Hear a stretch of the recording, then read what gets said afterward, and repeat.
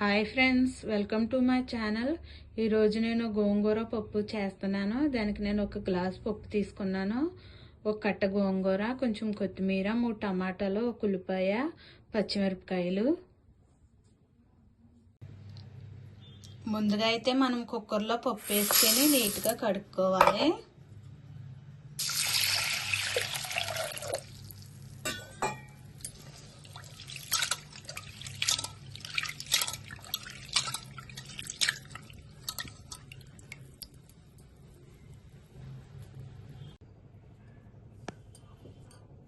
మనం పప్పు నీట్గా కడుక్కున్న తర్వాత మనము ఉల్లిపాయలు, పచ్చిమిరపకాయలు, టమాటాలు కట్ చేసుకుని వేసుకోవాలి.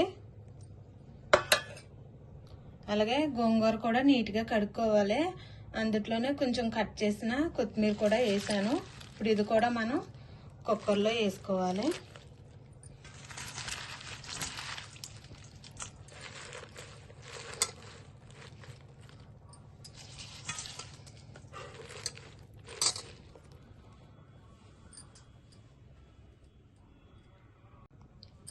గోంగూర వేసుకున్న తర్వాత 1 టీ స్పూన్ పసుపు, 2 స్పూన్లు సాల్ట్, 2 స్పూన్లు కారం కూడా వేసుకోవాలి.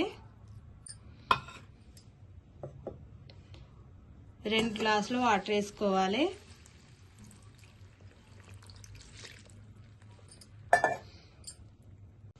ఇప్పుడు మనం కుక్కర్ మూత పెట్టుకుని స్టవ్ వెలిగించుకుని ఉడికించుకుందాము 3 విజిల్లు వచ్చే వరకు.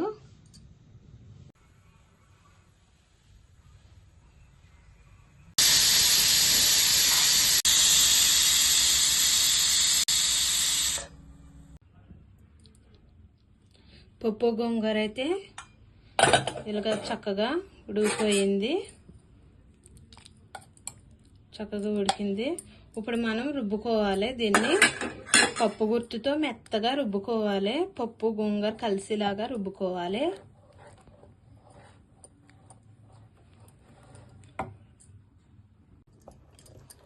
ఇలా మెత్తగా రుబ్బుకోవాలి.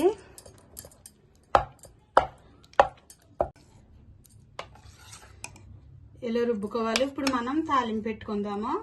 పప్పు స్టవ్ వెలిగించుకొని కడాయి పెట్టుకొని తాలింపుకి 2 స్పూన్ల ఆయిల్ వేసుకోవాలి. ఆయిల్ అయితే వేడయింది. దంచుకున్న ఎల్లుల్లిపాయలు 4, మినపప్పు, శనగపప్పు, ఆవాలు, జీలకర్ర తాలింపులు వేసుకోవాలి. ఎండుమిరపకాయలు 2, కొంచెం కరివేపాకు వేసుకోవాలి.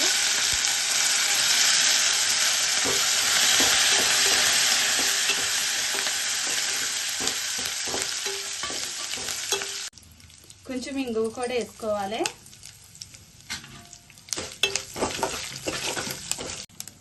తాలింపు అయితే వేగిపోయింది. మనం రుబ్బుకున్న పప్పు గోంగూర తాలింపు వేసుకోవాలి.